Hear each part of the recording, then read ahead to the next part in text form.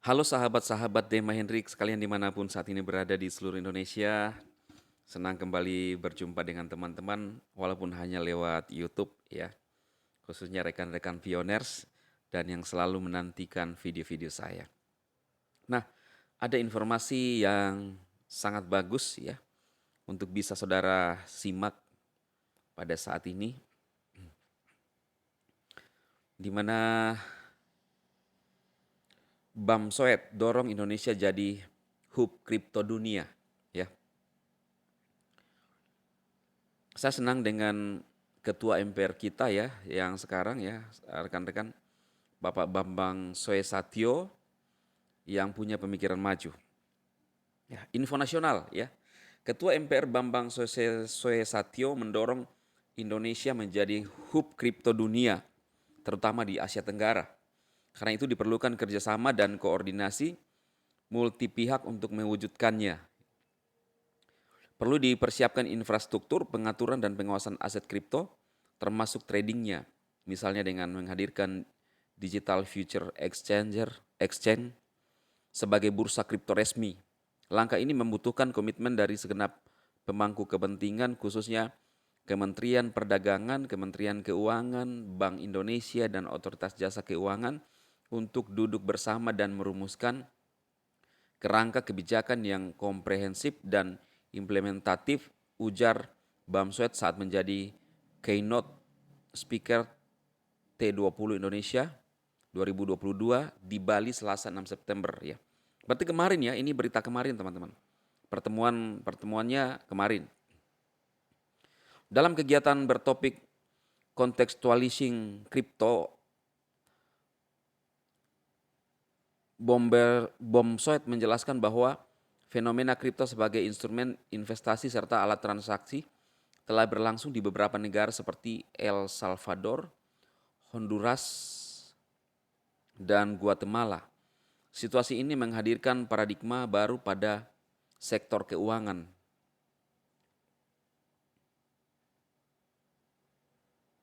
Mana ini ya? Antisipasi juga harus dilakukan agar perkembangan aset kripto bisa dimaksimalkan untuk meningkatkan kemakmuran warga dunia, bukan justru menjadi lahan pencucian uang atas transaksi narkoba, terorisme, maupun korupsi. Wah, ini saya senang ini. Ya, kita menciptakan inovasi baru daripada uh, apa ya yang disampaikan ini, mendorong dan ingin melihat kemajuan daripada rakyatnya sendiri. Di Indonesia, kripto pun semakin memikat masyarakat Indonesia karena dinilai memiliki karakteristik menyerupai logam mulia emas dengan jumlah yang terbatas, didapatkan dengan cara menambang. Memiliki daya resistensi yang lebih kuat terhadap inflasi serta didukung penggunaan sistem kerja blockchain yang dinilai lebih aman. Hingga Juni 2022 tercatat 15,1 juta masyarakat Indonesia menjadi investor aset kripto, jauh melebihi pasar modal yang hanya mencapai 9,1 juta investor. Ya, berarti kita harus melihat peluangnya kan. Kripto berarti lebih disukai dan diminati oleh masyarakat kita. Nah, kalau ada seperti ini, sudah ada data-data seperti minta maaf teman-teman. Kalau sudah ada data seperti ini berarti kita harus fasilitasi. Seperti yang tadi disampaikan oleh Pak Bambang bahwa harus duduk bersama. Ada OJK, Lembaga Keuangan, Bank Indonesia untuk merumuskan bagaimana kerangkanya ini supaya bisa berjalan. Ya, ya kalau saya tambahkan saudara ya, sebagai juga belajar kripto, pemain kripto walaupun masih kecil-kecilan, ya jangan sedikit-sedikit blok, sedikit-sedikit blok. Kita pelajari dulu. Saya senang dengan pernyataan Pak Tongam sebagai Ketua Satgas Waspada Investasi. Pelajari 2L, ya, logis dan legal. Kalau logisnya sudah dapat, legalnya gimana? Ya ini bukan cuma dari kita teman-teman. Harus ada tadi yang disampaikan duduk bareng bersama untuk bagaimana ketika sudah menolong masyarakat, dibuatlah kerangkanya untuk menciptakan ini bisa menolong masyarakat, termasuk bagaimana pendekatan perizinannya seperti apa. Ini bukan serta-merta ini masyarakat hanya melihat itu, tetapi pemerintah pun ya menurut saya bisa melihat dan mengatur kalau sudah logis dan menolong masyarakat, tidak berbayar tetapi menolong masyarakat, maka tugas pemerintah sekarang bagaimana merumuskan untuk bisa berjalan. Kalau kita sudah melihat menolong masyarakat, kenapa kita justru tidak berikan kesempatan atau peluang? Harusnya ada komunikasi seperti yang disampaikan oleh Pak Bambang Susetio maksud saya ya, ketua MPR kita saudara. Sepanjang tahun 2021 saja akumulasi nilai transaksi aset kripto tumbuh dengan angka kapitalisasi yang fantastis mencapai hampir 9 triliun atau tepatnya 859 triliun. Wow. Jauh lebih besar dibandingkan kemampuan pasar modal konvensional yang jumlahnya di kisaran 363,3 triliun. Dari aspek nilai transaksi memang ada kecenderungan penurunan khususnya sejak waktu tahun 2022. Ya pandemi lah ya.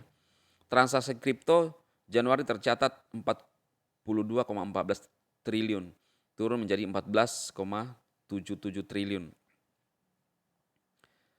Dari periode Desember 2021 bahkan pada Juni 2022, nilai transaksi kripto tercatat hanya 20 triliun, turun 65% dibanding periode Juni 2021 sebesar 58 triliun.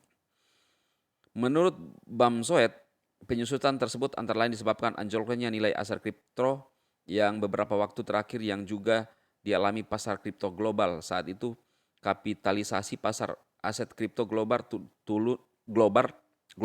gimana sih? Turun di bawah satu dolar. Udah hilang teman-teman, sorry.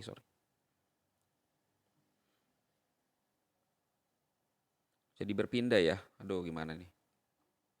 Minta maaf teman-temannya, ini live aja, saya nggak ngedit jadi. Yang penting infonya adalah bahwa pemerintah kita dalam hal ini Ketua MPR sangat mendukung untuk adanya program-program seperti kripto, bahkan pabrik kripto di bangsa kita ya. Jadi ini adalah kabar baik. Saya minta maaf tidak lanjut menyelesaikan tadi informasinya, tetapi saya rasa juga tujuannya teman-teman sudah mendapatkan yang menjadi maksud saya, bahwa kalau ini sudah dilakukan, maka apa kaitannya dengan Pi Network? Ya, apa kaitannya dengan koin-koin yang lain? Ya, otomatis sangat berdampak sangat bagus teman-teman. Karena apa? Punya pengaruh. Ya, yang pertama kripto sendiri lebih diterima oleh negara kita, bangsa kita. Artinya ada keleluasaan kepada pemain-pemain atau pemegang kripto untuk bisa melakukan transaksi, ya kan? Tinggal kita lihat ke depannya bagaimana pemerintah memberikan dorongan atau juga semacam pengembangan-pengembangan apakah kripto sudah bisa digunakan untuk jadi mata uang digital, ya. Tetapi di beberapa komunitas atau ekosistem dunia, teman-teman ya, dan di beberapa aplikasi yang kita lihat itu sudah bisa dilakukan, ya. Di mana koin-koin itu jadi mata uang. Dan kita berharapnya Pi Network itu mengarah ke sana, seperti yang juga kemarin saya sampaikan kepada teman-teman, informasikan bahwa ini informasi dunia ya, yang kemarin itu saudara. Bagaimana Neo Xiaoho menginformasikan bahwa ada sebuah kripto yang baru muncul yang berdampak kepada beberapa negara ya, dan komunitasnya itu besar, sekitar 31 juta. Dan kalau sudah punya ekosistem seperti ini, ya otomatis sudah sangat mudah dan untuk dipercaya oleh masyarakat luas itu lebih cepat. Ya.